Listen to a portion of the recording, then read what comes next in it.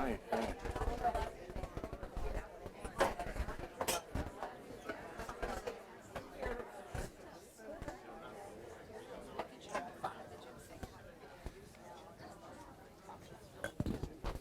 Hi, everybody, and welcome to the National Constitution Center. It is so wonderful to see you all.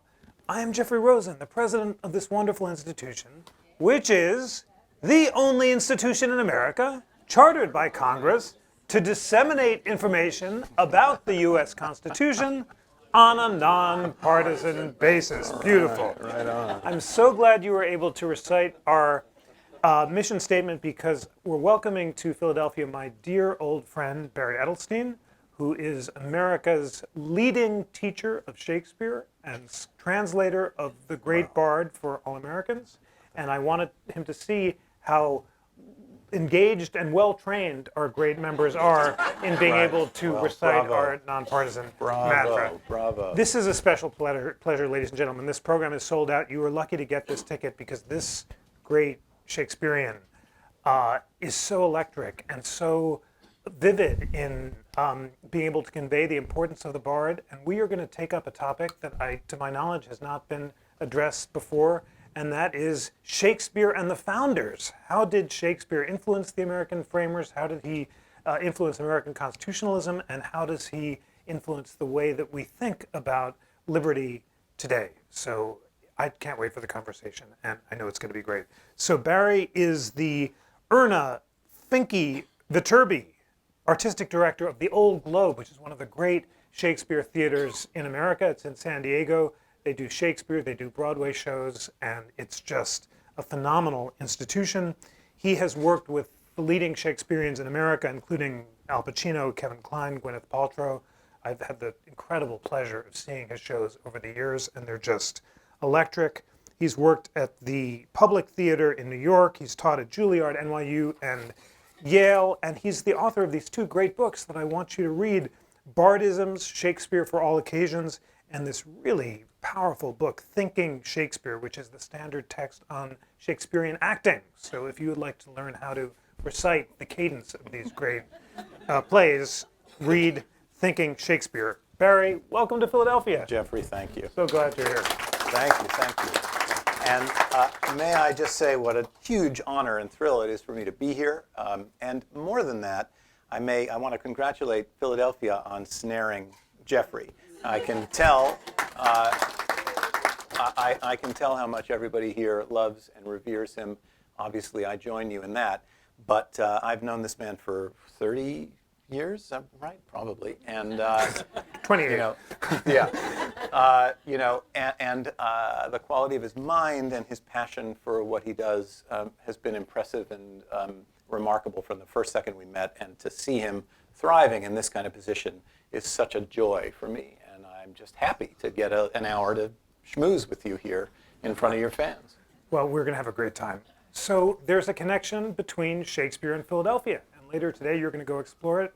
Tell us about the Shakespeare-Philadelphia connection. Many. Well, obviously Philadelphia, one of the great American cities, and back in the early days of our country, the great American city. And so Shakespeare was here from the very beginning, from before the very beginning. Shakespeare was in the colonies. Jamestown was founded in 1603. That's the year Shakespeare wrote Hamlet. So, the people who were sailing over to settle the colonies of what would become the United States were people who, before they left, said, let me go catch what's on at the Globe. That was the material that was current at the time, and they brought it with them. And we know that a Native American theater tradition took a while to take hold, but English theater companies came over to play in the colonies. And our founders watched them, and they toured in places like Philadelphia, in the early cities of the country. So there was a Shakespeare presence here from the very beginning. But Philadelphia is distinguished by two important Shakespeareans. There was a Shakespeare Society of Philadelphia. Not sure it's still going, but I believe it may be in some way. And it was a group of basically lawyers, appropriate for us to be talking about, who devoted themselves to the amateur study of Shakespeare. The early 19th century, by the time it really got cooking, but was there from the earliest colonial days. And This is before the university English department, when Shakespeare became the province of specialists. It was really a gentleman amateurs kind of pursuit. So these lawyers would get together and they would hone their forensic skills by debating questions of Shakespeare. You know, was Hamlet guilty of murdering Claudius, given that we know that he had a justification? We still do that. We still have moot cases where lawyers will gather and debate some question of Shakespearean justice. So that's what they did. And in the course of doing that, they accumulated this huge repository of Shakespeare knowledge, huge libraries of Shakespeare knowledge. And one of their members, a guy named Horace Howard Furness is a big name here locally, became the dean of the Shakespeare Society, and he published in the late 19th century, mid to late 19th century, what was called the New Variorum Shakespeare. It's an astonishing kind of Victorian era idea when the Google of the time was a big book that you would print. They actually thought, well, it is possible, theoretically, to gather everything that's ever been thought about a subject between the two covers of a book, and that's what Furness wanted to do. So he managed to do about 16 of the plays. His son did 3 more. And there are these extraordinary editions of the plays that gather all the scholarship that the Shakespeare Society of Philadelphia had gathered about all sorts of arcane questions of the text. What does this word mean? What's that reference over there? What has this actor done? What did those actors do?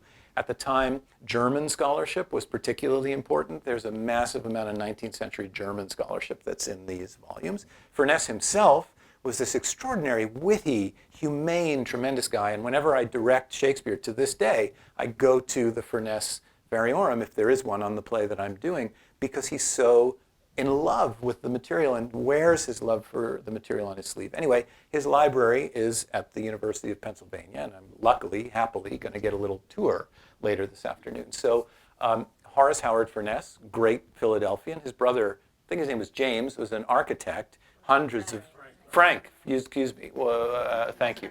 Welcome to Philly. Yes, got it sorted out. Yes.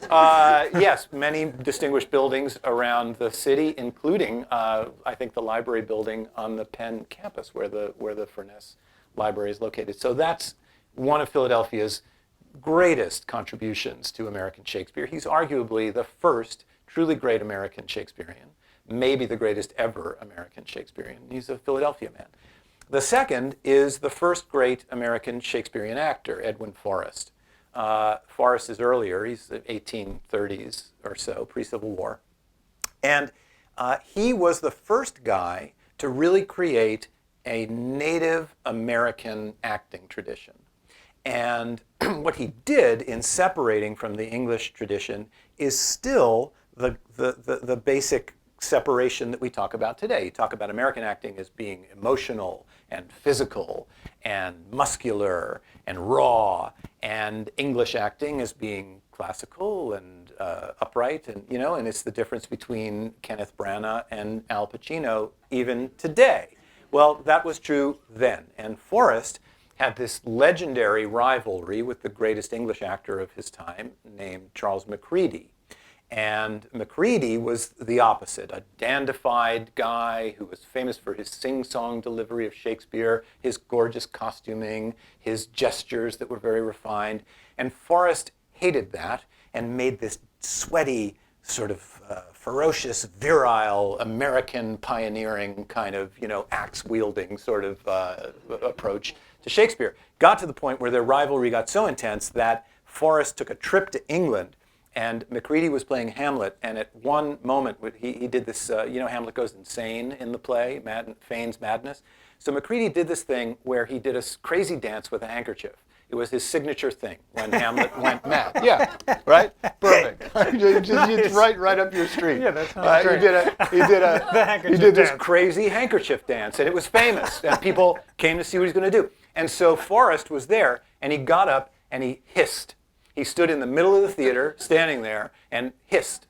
Famous, infamous moment, right? Macready became incensed. So in 1849, Macready was playing in New York at the Astor Opera House on Astor Place, right across the street from, interestingly, where the Public Theater is now on Lafayette Street. Forrest was playing down the street on the Bowery. And the rivalry between the two of them became so intense that it got violent. and there was a riot on the streets of New York between the partisans of Edwin Forrest and the partisans of Macready. Now, it also happens that Forrest's fans were Irish working men who hated the English anyway. So that was part of it. There were all sorts of other stuff. There was English war debt that was being discussed at the time. It's complicated stuff, but it crystallized around these two Shakespeareans having a duel blocks from each other. There was a rock quarry on the corner of what is now 3rd Avenue and St. Mark's. They busted down the gates, took these rocks, started pummeling each other, and dozens of people ended up dead in the streets as a result of this extraordinary rivalry. So Forrest was a Philadelphian and ended up willing his house. It was called the Home for Decayed Actors. We need one for decayed constitutionalists as well. We do, yeah, because you're going to need somewhere to be. Yes, I'm waiting. And yes, and it was on Broad Street. It burned down in a terrible fire. Forrest owned a precious copy of the first folio of Shakespeare, the first complete works of Shakespeare printed in 1623. It burned in that fire. Someone rescued the fragments, and they too are in the library in the Furness Center at the University of Pennsylvania, which I'm going to go check out, make a little pilgrimage today. So yeah, there you have the two kind of seminal figures of American Shakespeare, one in the theater and one in the study, both of whom are Philadelphians. Spectacular. So you've shown us so vividly how central Shakespeare was to American culture in the 18th and 19th century. And we now need to talk about Shakespeare and the framers. There's a great book, Shakespeare in America, that you recommended to me, edited quotes from letters from presidents, starting with John Adams, about their love of Shakespeare. And the Adams letter is a letter to John Quincy Adams, where Adams says that although at the time of Shakespeare, the English Constitution didn't have the limitations of Magna Carta and habeas corpus, we can still learn more about constitutionalism and liberty from Shakespeare's plays than anyone else. Tell us about John Adams and Shakespeare. Sure. Well, first of all, that book, Shakespeare in America, I want to plug it for everybody. James Shapiro is the leading American Shakespeare scholar. There are 3 or 4, Marjorie Garber, Stephen Greenblatt, Harold Bloom. But James Shapiro, who's at Columbia University, is really at the moment the dean of American Shakespeare scholars, and he's done a lot of work on the history of Shakespeare in America, including this wonderful anthology that goes from really pre-colonial, early times in America up till right now. Adams loved Shakespeare. There's a famous story where he and Jefferson made a pilgrimage to Shakespeare's house in Stratford-upon-Avon together. Adams apparently was very moved, and Jefferson, the story goes, complained about how expensive everything was. So, I don't know if that's... and they took one of them, I can't remember which, took a penknife and carved a little piece of wood off of what was reputed to be Shakespeare's chair as a little relic. Yeah, and I'm sure they had, an endless supply of chairs that they would just, that's Shakespeare's chair. Somebody would carve a little piece of it, next. So yeah, these were guys who revered Shakespeare, read Shakespeare all the time, and as I said, we know, went to see Shakespeare in the colonial theaters of the day. The interesting thing about Shakespeare is how easy he is to read from different perspectives. We know that Julius Caesar was the most performed play during the American Revolution. Why? Because it tells the story of a group of Republicans coming together and murdering a tyrant. So the narrative matches the narrative that the founders wanted it to tell. They just used it. Now, of course, Caesar ends badly for those revolutionaries, right? Doesn't really work out well. So what they did instead was recitations, excerpts, some highly motivating speech from one character or other, talking about how the republic is greater than any single monarch, all of that. So right from that point, you see Shakespeare being borrowed to argue a case that was politically expedient at the time. And I think Adams and the others are able to read Shakespeare selectively from that point of view. In other words, it's entirely possible to read Julius Caesar as a monarchist and say the last thing you want is a mob coming and killing the king. You can read Richard II that same way and say that's a bad idea to kill the king because look what happens to the country when you do that, right? But Shakespeare's slippery. And so you can also cherry pick and put together an argument that says, no, actually, he's not that at all. He's a Democrat. You look at a play like Coriolanus, and Coriolanus is all about the voice of the people undoing the plutocrats, the 1%ers of Rome, who would, it's a feel the burn kind of play. Coriolanus, if you want to read it that way. So I think that's what's happening there, is in that letter that Adams wrote to his son, he's looking at it and saying, we can find embedded in these plays the ideals that we're trying to represent in our Constitution and at the basis of our republic. Now, Quincy Adams, a great scholar, Boylston professor of rhetoric at Harvard, also loves Shakespeare, but writes a rather jarring letter about Othello in which he uses it as a caution against miscegenation, and which is surprising from the heroic defender of the Amistad and the great abolitionist. What was he thinking? What was he thinking? It's strange. First of all, John Quincy Adams was the only U.S. president to publish Shakespeare criticism, right? So such was his devotion. He actually published works, essays of his own Shakespeare criticism. There's this infamous piece that he writes about Othello where he says, the lesson of this play is white women shouldn't marry black men. It's this stark, nasty, really, and written in the most horrendously racist terms, where he literally says, here's the reason we should do this play, is to teach us that racial mixing should not happen. Now, this from the guy who defended the slaves who rebelled on the Amistad. It's extraordinary to ask how that could live in the same head. And again, I think the point that Shapiro would make is that, once again, there's a problem that's going on in the society about racial mingling, and what Quincy Adams is doing is appealing to a higher authority. You could appeal to God, I suppose, and find some religious text, or you could appeal to Shakespeare and say, let's draw a moral lesson from this great writer, and that's how he construes it. Later generations would read Othello from completely the opposite point of view, as a plea for racial tolerance and acceptance. And by the time Robeson plays Othello in the early 20th century, it's the greatest plea for acceptance of a great black actor that the country had ever seen. So it's tough to understand that. It's one thing to defend a slave who you see as being unjustly persecuted by the law. It's another to have him date your daughter, right? And that seems to be the split consciousness that you see in John Quincy Adams. That same split consciousness we find in the great Lincoln, who on the one hand freed the slaves and fulfilled the promise of the Declaration of Independence, and on the other insisted that he was trying to achieve not social equality, but civil equality between blacks and whites. Lincoln was a great Shakespearean. He wrote a letter to the famous Falstaff of his day saying he wished he could play Richard III. What did Shakespeare mean to Lincoln? Shakespeare was an obsession for Abraham Lincoln, and I love that because the greatest ever American had this great bond with the greatest ever writer, and to me proves the case that this is our national writer, and that's an idea that I've devoted my entire professional life to, is the Americanness of Shakespeare, and I love that Lincoln paves the way for me, because I go, listen, I know it's not just my idea, Lincoln thought so too. But we know that he carried around copies of the plays with him from his youngest days. We know that he kept a complete works in the White House. There's a famous anecdote late in the Civil War about his bodyguard coming in one night, finding him asleep somewhere at a table somewhere in the White House. Next to him is Shakespeare open.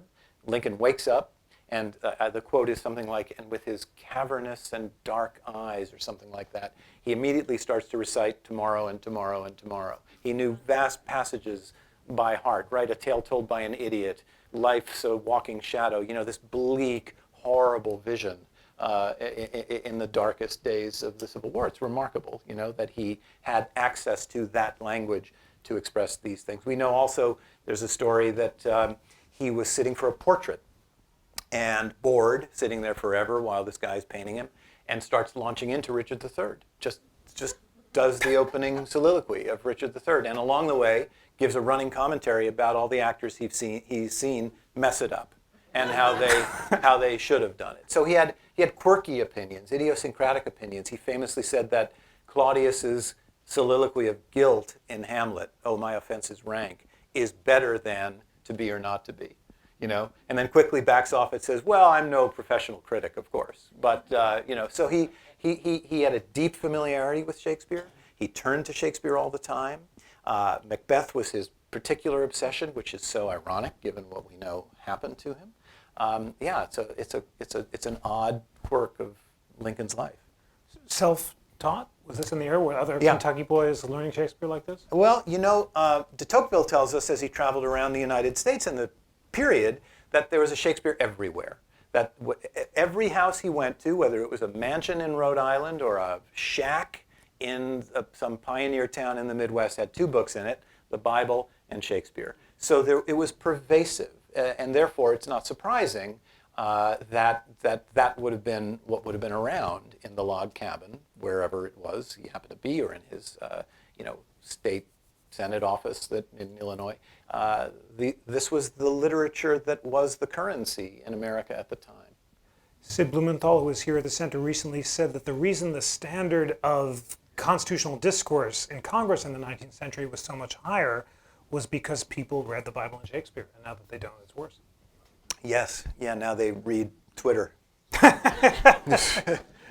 The level of the rhetoric is not To quite be or as not up. to be sucks. Yeah, absolutely. That's it. Yeah, to be are not Beautiful. to be. Yeah. Claudius, loser. Yeah. Right. Precisely. Yes. Sadly. Yeah. Yeah, so that's true. And the interesting thing about Lincoln is that you can feel the cadences of Shakespeare in his writing, in his approach to language. I'm not the first to observe this, that, the thing about Shakespeare, the first thing about the study of the way Shakespeare writes is this thing called antithesis. I come not to praise Caesar, but to bury him. The evil that men do lives after them. The good is oft interred with their bones. The quality of mercy is not strained. It droppeth like the gentle rain from heaven, right? So he's constantly, you can't get more than two lines in Shakespeare without opposites being compared. To be or not to be. Now is the winter of our discontent made glorious summer by this son of York. And when I teach Shakespearean acting, that's the very first lesson. Take your pencil, circle the words that are opposite each other, and stress them when you speak. That's it.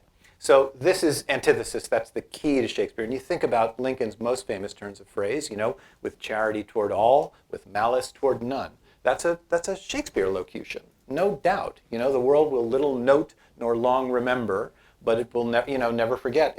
That's a Shakespearean construction. So whether or not that's literally what was going on, whether he was consciously trying to emulate Shakespeare or not, whether or not antithesis just happens to be a very effective rhetorical tool for politicians, that's also true. Martin Luther King, we should be judged not by the color of our skin, but by the content of our character. Or, Kennedy, ask not what your country can do for you, ask what you can do for your country. That's antithesis. These are the lines that stick in our brains, and Shakespeare knew that, and Lincoln knew that. The other Shakespeare trick that Lincoln does a lot is he will end a big passage with words of one syllable. That's a big Shakespeare trick. A lot of Shakespeare's big famous speeches end with a series of single syllable words. So Richard II does, for God's sake, let us sit upon the ground and tell sad stories of the death of kings, that famous speech. And it ends with, how can you say to me, I am a king? Single syllable words, right? So you think about the Gettysburg Address, and it ends with, shall not perish from the earth, right? And that's this beautiful Shakespearean idea of finishing on a boom, boom, boom, not with a fancy word, not with some complicated idea, but with simple monosyllables that just punch. Yeah. President Obama, our most literate of presidents, does not employ that device. Why not? And are there others who do today? Is it still modern? And could a politician be Shakespearean and still connect? Well, if only, Well, yeah, he could do there it. was- He's obviously capable of doing it, but he's chosen not to. I don't know. I mean, I think that, this goes to a much bigger question about when Shakespeare went from being in every pioneer's hut to being in the university English department and in the highbrow world in which I now operate, right? We're so busy at the Old Globe, as all my colleagues in the theaters around the country are, trying to get Shakespeare back into the popular imagination. And it's hard because our ticket prices are expensive and so on and so forth, you know. But in, you know, post-war America, I think, and believe me, I hesitate to say this on the record because I'm a product of university English departments, and I revere them, and all my friends teach in them, you know.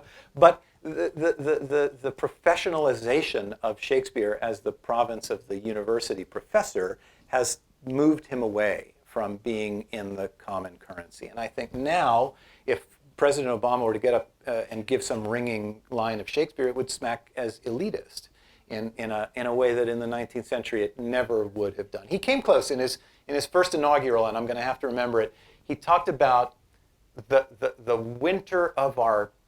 He didn't say winter of our discontent. That's the famous Richard III. Now is the winter of our discontent. He talked about something like the season of our discontent, or the winter of our difficulty, or something like that. And it was just a little glance in the direction of Shakespeare, but didn't quite go there. Whereas in the UK, you know, Shakespeare's birthday was in April, and you know, I watched the Prime Minister's questions that day, and it was just this extravaganza where David Cameron went down this list. He was attacking labor, and it was just one line of Shakespeare after another, mocking, you know, what their foolish policies for this or that, you know, and just wheeling out Shakespeare quote after Shakespeare quote after Shakespeare quote. It's possible there. I just don't think it's possible here, to my deep regret. I wish Obama would.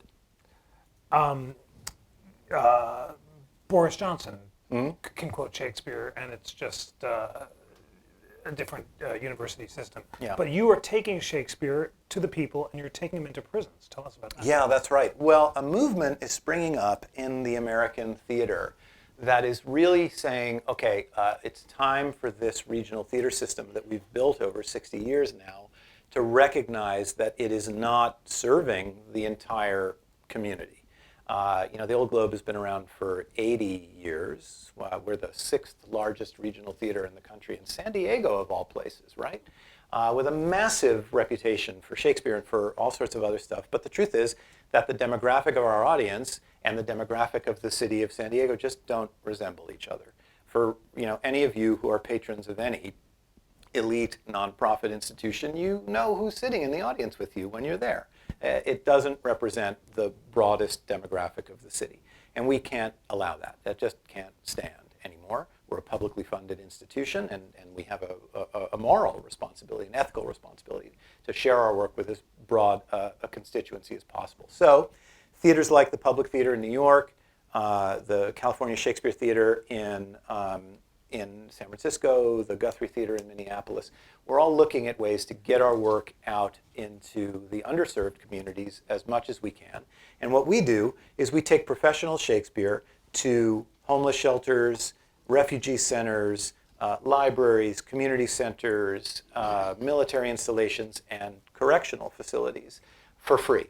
And you really start to see Shakespeare resonating with that audience, that popular, broad audience that loved him in the 19th century of America. It's an extraordinary thing. Tell us about a story of Shakespeare in prison. Sure. Well, one of the things we do is we try, and every once in a while we'll say, well, let's what play would be interesting to do in these environments? And there's Shakespeare's play Measure for Measure. Half of it is set in a prison. Huge parts of that play take place in a prison. And to watch people who have experienced the justice system from the other side watch this play and interact with this play is just hugely moving. The plot, just very simply, there's the Duke, it takes place in Vienna. The Duke decides to take off for an unexplained reason, and he leaves in charge a kind of law and order guy named Angelo. And the first thing Angelo does is he shuts down all the brothels in town and goes on a moral crusade to clean up sex crimes in the city. He arrests a young man for fornication who's put in jail. This young man has a sister who's a nun, and he asks her to go plead his case to Angelo. She goes. She says, please forgive my brother. He's a good guy. You shouldn't do this. And he says, oh, I'll do that. I'll let him off the hook if you sleep with me, to this nun. And she has a great soliloquy where she turns to the audience in disbelief that she's just been propositioned by this government official. And she says, "To whom shall I complain?" And we did this in a women's prison in New York. And some woman shouted out, "Nobody, girl, you're on your own."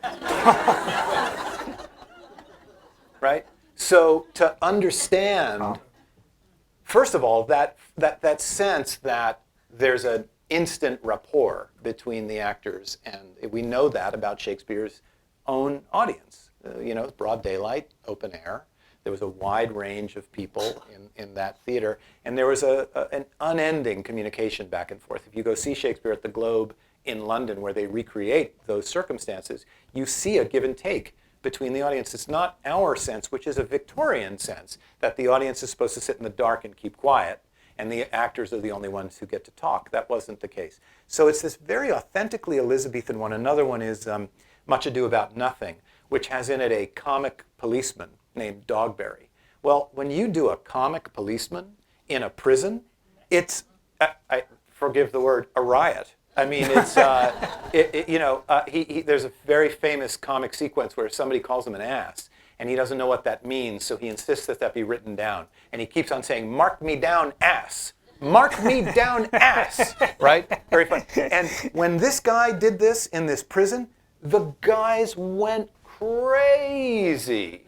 So somehow, it was, for this one moment, Shakespeare licensed them to laugh at these guards who are standing there. By the way, we're performing this thing in a basketball court at a level 3 prison out of 4 in California. And there's a guy on a catwalk with a automatic military style, that's what you're talking about. And they're laughing at the cop. So it's this strange inversion that happens, because once again, as we were saying earlier, the Shakespeare's ideas about justice, you do measure for measure at the Police Benevolent Association, and that doesn't get a laugh,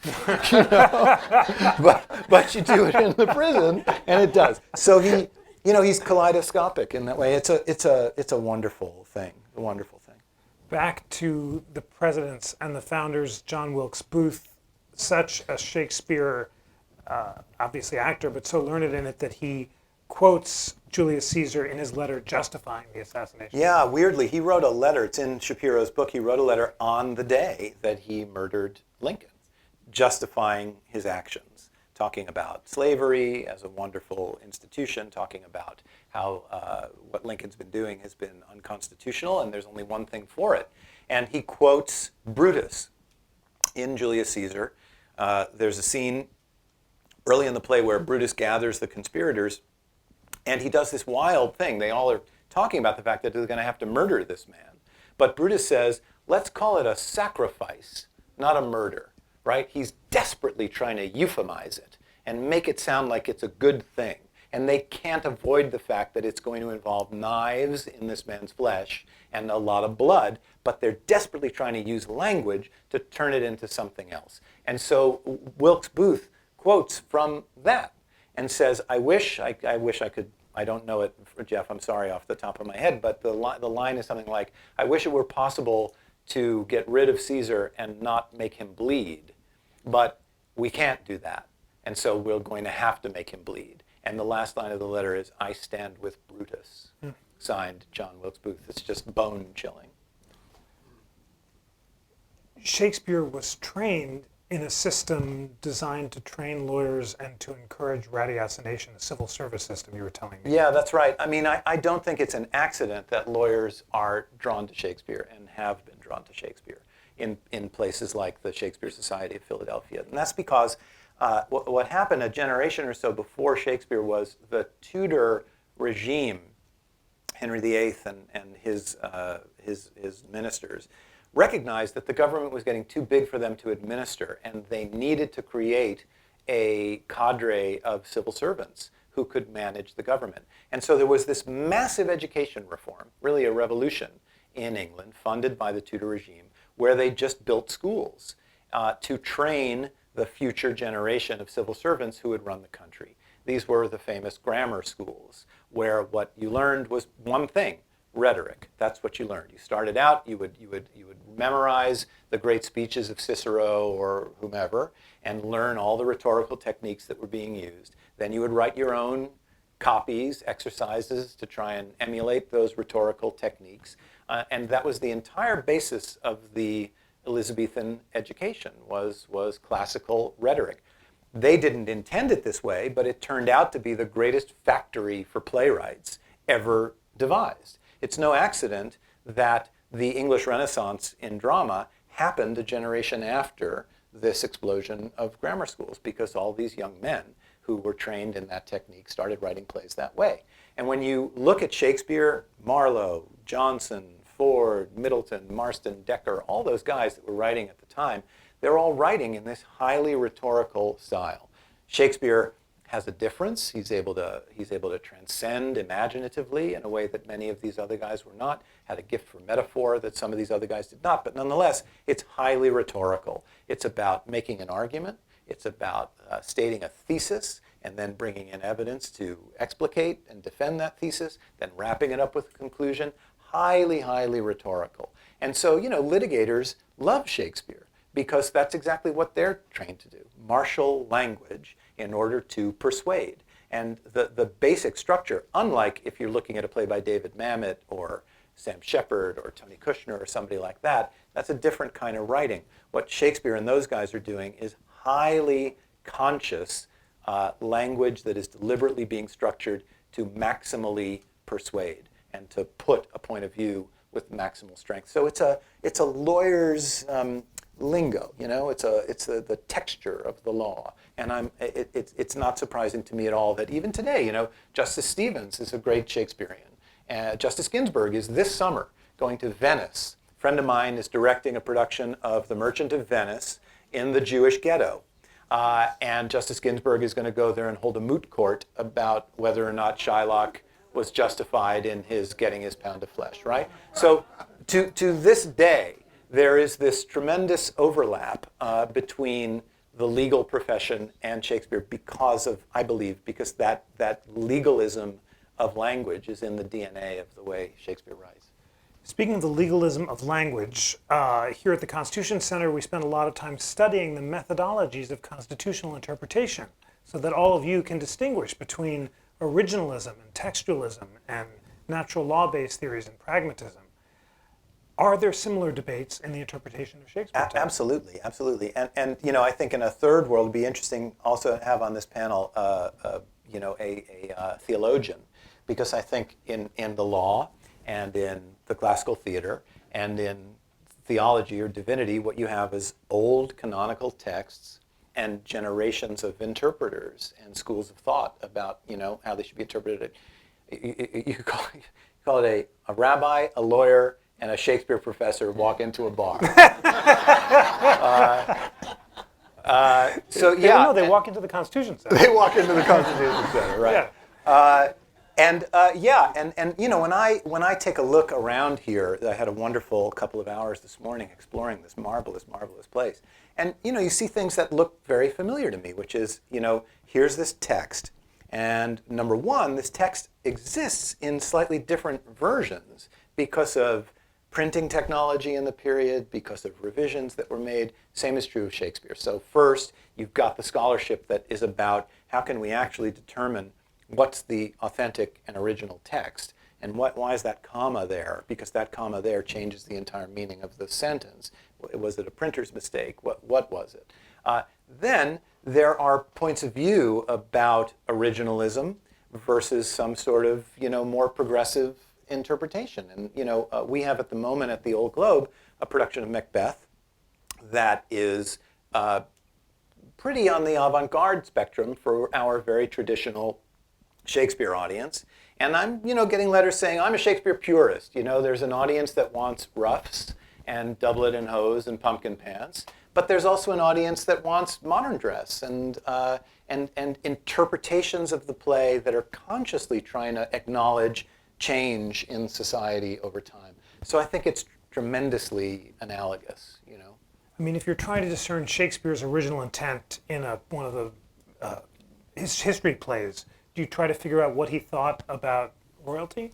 You can. You can do a number of things. First, you can read the books that we know he read and try and understand how he's departing from them and what that means, what perspective that departure might suggest about his worldview. The other thing is that the plays exist. Half of Shakespeare's plays were not printed during his lifetime and only survive because of this famous book, The First Folio of 1623, where 18 of his plays are printed for the first time. That's the only text we have. None of his manuscript pages survive. But the other 18 plays were printed during Shakespeare's lifetime and so exist in multiple versions. And you can track him making changes, or somebody making changes in the text over time.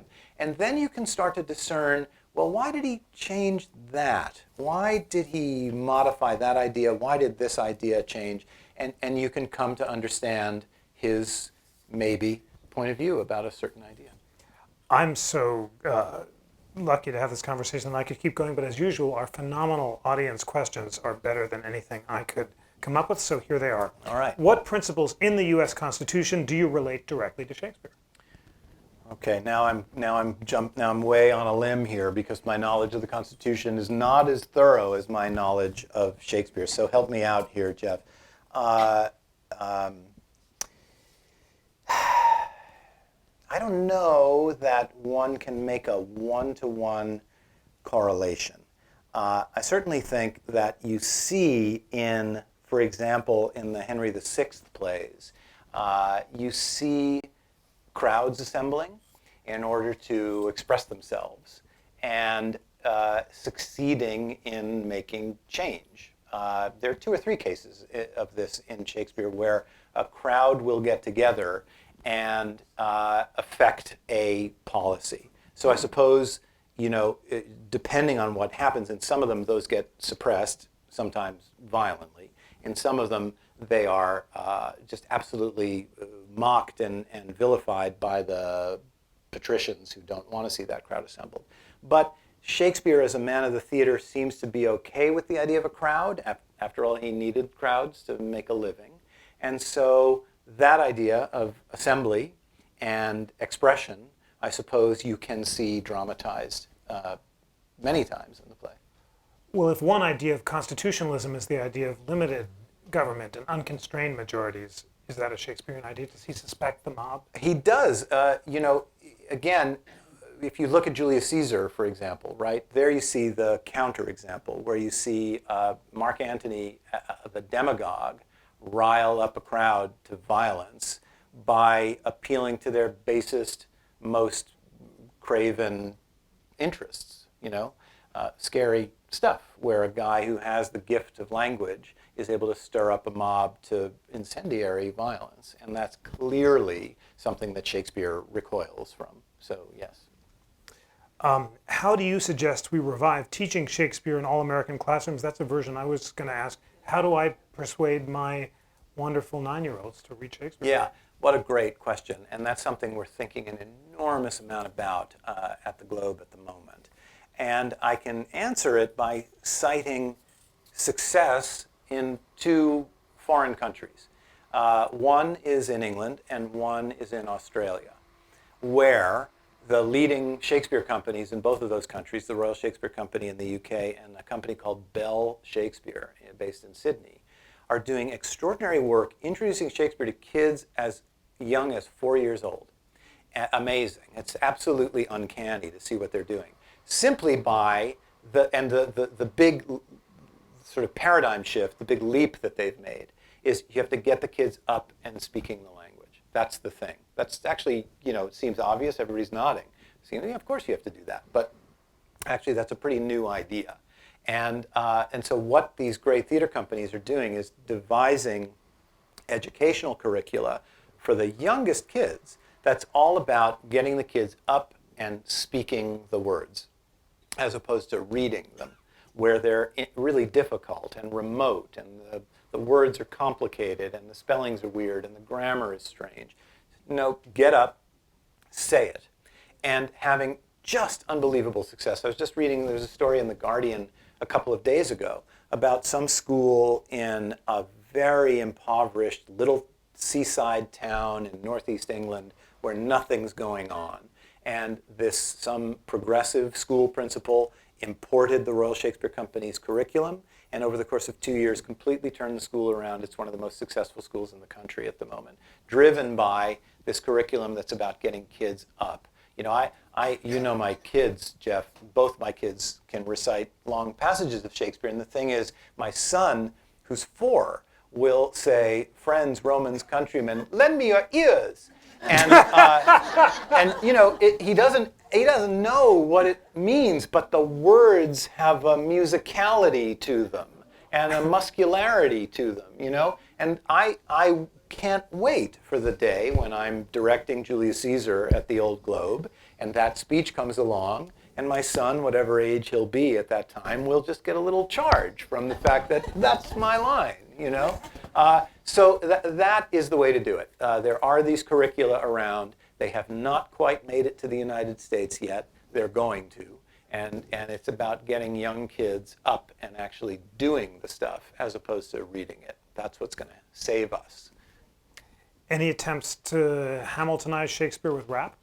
There have been, yeah. There was a very successful show in New York, 10 years ago, called The Bombity of Errors, which was a hip-hop comedy of errors, predating Hamilton. I think, frankly, that's probably all you're going to see now, because people are going to be imitating that in the hope of capturing some of its lightning in a bottle. I think that the great and wonderful effect of Hamilton, although Shakespeare's already been there, is going to be about diversity, right? The huge, wonderful, amazing thing about Hamilton is the rainbow of people on that stage, and the idea that some young Latino is playing one of our white founding fathers, and that's just cool. Nobody has any issue with it. Shakespeare in America since the 60s, when the great Joe Papp created Shakespeare in the Park in New York, routinely does that. We never do an all-white Shakespeare at the Globe, nor could we ever get away with it, nor would we want to. It's everybody's, and we try and reflect the demographics of our society in the way that we cast the plays. I think the Hamilton effect is going to be to see that happen more and more and more and more, and break down these expectations that no, only certain kind of roles are for certain kind of people. I think that's going to be the wonderful legacy that show leaves our theater. I mean, you could obviously do the plots, but you'd lose the language. Yeah, and that's a very controversial thing. You know, some of you may know that last year, the Oregon Shakespeare Festival, one of the great Shakespeare companies in the United States, commissioned a series of modern language adaptations of Shakespeare and caused a huge storm. You know, I mean, it got to the point where my friend James Shapiro, who we've been talking about all afternoon, editorialized against it in the New York Times. You know, imagine. I actually took that as a good sign, that Shakespeare was interesting enough to people to merit a fire-breathing editorial in the pages of the New York Times. I thought that was a good sign.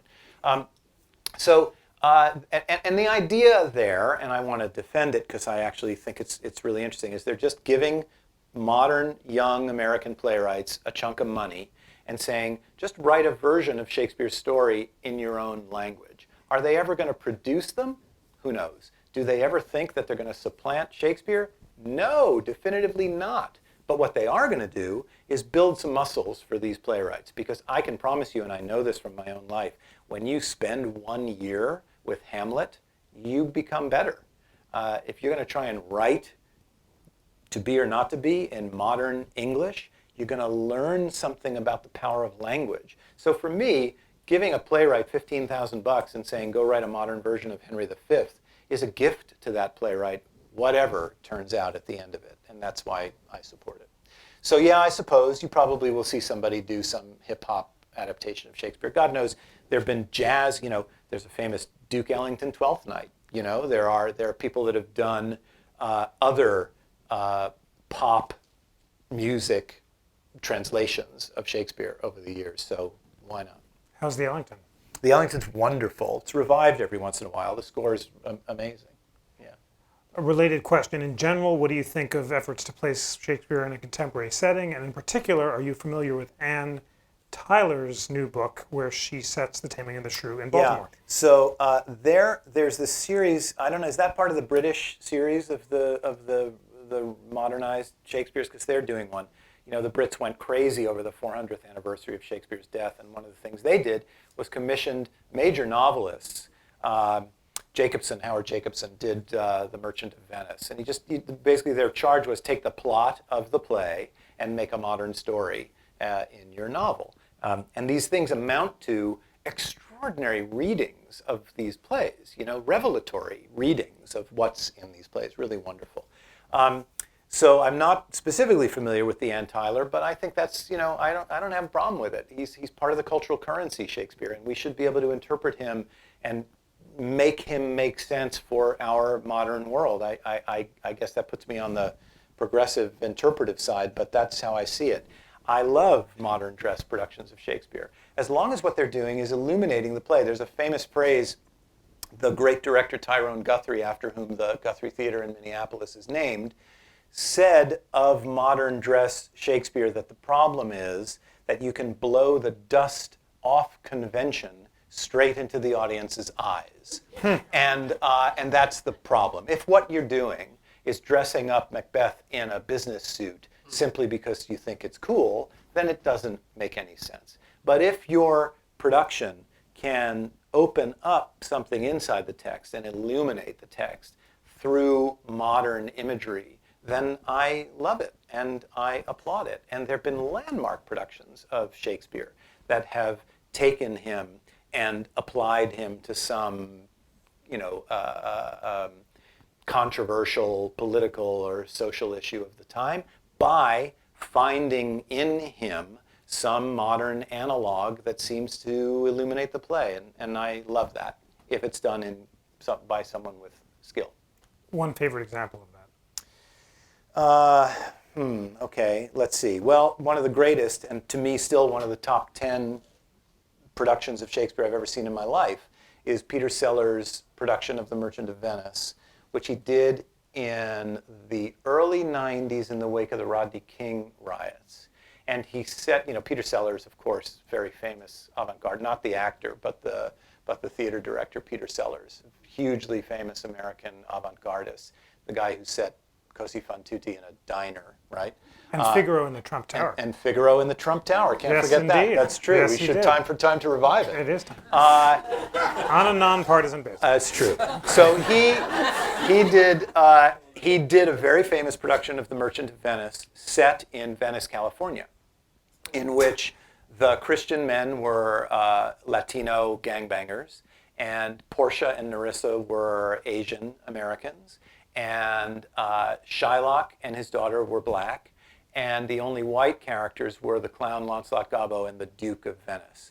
And he used Shakespeare's language, completely uncut, unaltered Shakespeare's language, told the story, but what you ended up seeing was it's this play about minority, this Jew Shylock, this woman Portia, this homosexual Antonio, in this monolithic white wasp world, and these minority groups are sort of grabbing for their place in it. And that's what he showed us. He showed us California as it was then, and the consequences were fire on the streets, as is what happens in the play.